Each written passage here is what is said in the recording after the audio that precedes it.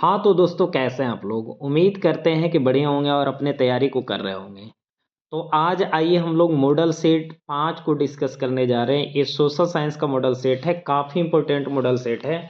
अगर मेरे साथ आप 10 से 12 मिनट देते हैं तो हम लोग 80 क्वेश्चन अभी तुरंत डिस्कस करेंगे और ये आपके एग्जाम के लिए काफ़ी इंपॉर्टेंट होगा। तो बिना देर किए हुए हम लोग क्वेश्चन को स्टार्ट करते हैं और आप लोग जल्दी जल्दी से कमेंट करेंगे जो भी आपको ऑप्शन समझ में आए। पहले आप खुद से आंसर कीजिए, इसके बाद गलत हो जाए तब आंसर देखिए। तो आज का एक पहला सवाल है कि 1853-54 के क्रीमिया युद्ध में काउंट काबर ने किस देश की ओर से युद्ध में सम्मिलित होने की घोषणा की? क्या बेहतरीन क्वेश्चन है। इसका राइट आंसर ए होगा, फ्रांस। सेकंड नंबर सवाल, पेरेस्ट्रोइका तथा ग्लासनोस्ट की अवधारणा किसने दी है? तो ये दिया है मिखाइल गोर्बाचोव।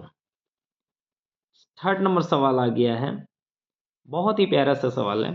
अखिल भारतीय मुस्लिम लीग की स्थापना किसने की? तो ये राइट आंसर होगा सी, नवाब सलीमुल्लाह खान। 4 नंबर, भारत में सर्वप्रथम आधुनिक सूती कपड़े की मिल कहाँ स्थापित की गई थी? तो इसका राइट आंसर होगा सी, कोलकाता में। नेक्स्ट हम बात करने जा रहे हैं 5 नंबर। लिख रहा है कलकत्ता कॉरपोरेशन एक्ट किसके शासन काल में पारित हुआ था? ये पारित हुआ था लॉर्ड कर्जन के काल में। राइट आंसर बी होगा। 6 नंबर, सरिस्का वन्य जीव अभयारण्य कहाँ स्थित है? तो ये जो स्थित है राजस्थान में। राइट आंसर सी होगा। नेक्स्ट हम लोग बात करना चाहते हैं 7 नंबर सवाल पे। लिख रहा है यूनेस्को द्वारा भारत के कितने जैव मंडल आरक्षित क्षेत्रों को मान्यता दी गई है? तो इसका राइट आंसर होगा ए, 12। 8 नंबर, किस बंदरगाह का नाम दीनदयाल बंदरगाह कर दिया गया है? काफ़ी करेंट का क्वेश्चन आ गया है, अभी हाल फिलहाल में चेंज हुआ है ये नाम। तो ये कांडला बंदरगाह का नाम चेंज कर दिया गया है, जो कि गुजरात में है। नेक्स्ट हम बात करने जा रहे हैं 9 नंबर पे। मुखिया के विरुद्ध अविश्वास प्रस्ताव पारित करने के लिए कितने बहुमत की आवश्यकता होती है? तो इसका 2/3। राइट आंसर सी होगा। बिहार में एक नगर निगम में अधिकतम कितने वार्ड हो सकते हैं? तो एक नगर निगम में अधिक से अधिक वार्ड 75 हो सकता है। राइट आंसर डी होगा।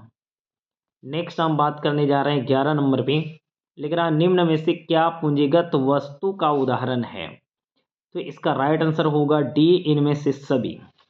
नेक्स्ट, निम्नलिखित में से किस संपत्ति की तरलता सबसे कम है? इसका राइट आंसर होगा सी, अचल संपत्ति। नेक्स्ट हम लोग बात करने जा रहे हैं 13 नंबर पे। लिख रहा है लुई फिलिप किस देश का शासक था? तो लुई फिलिप जो था फ्रांस का शासक था। Right answer B. 1913 में थर्ड इंटरनेशनल की स्थापना किसने की? तो ये स्थापना किया था Lenin. Right answer B. Next हम बात करने जा रहे हैं 15 नंबर पे। ये 15 नंबर सवाल क्या कहता है? स्वराज दल के प्रथम अध्यक्ष कौन थे? तो स्वराज दल के प्रथम अध्यक्ष थे Chittaranjan Das. Right answer B. पर्यावरण संरक्षण हेतु पहला विश्व शिखर सम्मेलन कब आयोजित हुआ था? तो ये हुआ था 1992 में। राइट आंसर सी होगा। नेक्स्ट सवाल हम लोग बात करने जा रहे हैं 17 नंबर पे। भारत का बर्मिंघम किस शहर को कहा जाता है? तो ये कहा जाता है जमशेदपुर को। Right answer B. Next 18, Visvesvaraya iron and steel limited कहाँ स्थित है? तो ये स्थित है भद्रावती में। Right answer B. नेक्स्ट हम बात करने जा रहे हैं 19 नंबर पे। लिख रहा है किस गुण के कारण लोकतंत्र को अन्य शासन प्रणालियों से बेहतर माना जाता है? तो ये माना जाता है इनमें से सभी के कारण, समानता और स्वतंत्रता का पोषक जनमत, मतभेदों एवं सामंजस्य। नेक्स्ट हम बात करने जा रहे हैं 20 नंबर। लिख रहा है भारत की पहली मानव विकास रिपोर्ट किसने तैयार की थी? तो ये जो तैयार किया था योजना आयोग ने। राइट आंसर ई। एक सहकारिता का मूल तत्व क्या है? तो इसका राइट आंसर होगा डी, इनमें से सभी। नेक्स्ट हम बात करने जा रहे हैं वो है 22 नंबर। लिख रहा है 22 में कि निम्न में से किस बैंक की स्थापना पहले हुई थी? तो पहले जो बैंक की स्थापना हुई थी पंजाब नेशनल बैंक की स्थापना हुई थी। राइट आंसर ना, इसमें थोड़ा सा डाउटेड है, रुक जाओ।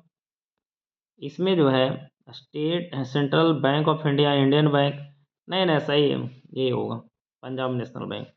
नेक्स्ट, अगर स्टेट बैंक रहता तो स्टेट बैंक आंसर होगा। 23, अमेरिका में न्यू डील किसने लागू की? तो अमेरिका में जो न्यू डील लागू किया था, फ्रैंकलिन डी रूजवेल्ट ने लागू किया था।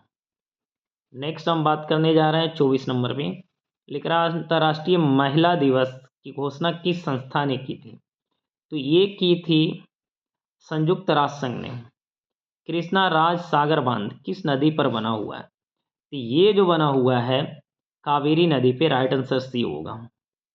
नेक्स्ट हम बात करने जा रहे हैं 26 नंबर। लिख रहा है कौन सा राष्ट्रीय जल मार्ग हल्दिया को, ये इलाहाबाद को हल्दिया से जोड़ता है? इलाहाबाद को हल्दिया से जोड़ने वाले जल मार्गों को क्या कहते हैं? ये राष्ट्रीय जल मार्ग है, इसका राइट आंसर ए होगा, राष्ट्रीय जल मार्ग संख्या 1। सबसे पहली भूमिगत रेल कब बनी थी? तो ये बनी थी 1863 में, राइट आंसर ए। नेक्स्ट हम बात करने जा रहे हैं 28 पे। गिरमिटिया किसे कहा जाता था? तो गिरमिटिया बोला जाता था अनुबंधित मजदूर को। मुद्रण तकनीक का विकास सर्वप्रथम कहाँ हुआ था? तो ये हुआ था चीन में, राइट आंसर बी होगा। नेक्स्ट हम 30 नंबर पे बात करने जा रहे हैं, अल हिलाल का संपादन किसने किया था? तो अल हिलाल का संपादन किया था मौलाना आजाद ने, राइट आंसर ए। इटली के एकीकरण में निम्न में से किसका संबंध नहीं है? तो इटली के एकीकरण में बिस्मार्क का संबंध नहीं है, ये जर्मनी के एकीकरण में है इनका संबंध। नेक्स्ट हम बात करने जा रहे हैं 32। लिख रहा है सन 1870 में फ्रांस और पर्सा के बीच युद्ध कहाँ हुआ था? तो ये जो युद्ध हुआ था वो सेडोन में हुआ था, right answer A. War and Peace किसकी रचना है? तो ये जो रचना है टॉलस्टॉय की, राइट आंसर भी होगा। नेक्स्ट हम बात करने जा रहे हैं 34 नंबर। लिख रहा है जमशेदजी टाटा ने Tata iron and steel company की स्थापना कब की? तो इसका राइट आंसर होगा बी, 1907 ईस्वी में। बाजार का स्वरूप विश्वव्यापी किस क्रांति के बाद हुआ था? बाजार का स्वरूप विश्वव्यापी जो हुआ था वो औद्योगिक क्रांति के, राइट आंसर ए होगा। नेक्स्ट हम लोग बात करने जा रहे हैं 36। कागज का आविष्कार किस देश में हुआ था? कागज का आविष्कार हुआ था चीन में, राइट आंसर ए। नेपोलियन संहिता किस वर्ष लागू की गई थी? ये लागू की गई थी 1804 में, राइट आंसर डी होगा। नेक्स्ट हम बात करने जा रहे हैं 38। भारत में सबसे बड़ा लॉ का उत्पादक राज्य कौन सा है? तो ये जो है आपका कर्नाटक है, राइट आंसर ए। कपास उत्पादन के लिए उपयुक्त मिट्टी कौन सी है? तो ये जो है काली मिट्टी, राइट आंसर भी होगा 39 का। नेक्स्ट हम बात करने जा रहे हैं 40 नंबर। लिख रहा है बॉक्साइट का उपयोग किस उद्योग में होता है? तो बॉक्साइट का उपयोग एल्यूमिनियम उद्योग में होता है, राइट आंसर डी। नेक्स्ट 41, क्षेत्रवाद की भावना का दुष्परिणाम होता है, ये होता है अलगाववाद, राइट आंसर सी। नेक्स्ट हम बात करने जा रहे हैं 42 नंबर पे। लिख रहा है श्रीलंका के बहुसंख्यक समुदाय की भाषा क्या है? ये जो है आपका राइट आंसर सी होगा, सिहली। 42 का राइट आंसर सी होगा, सिहली।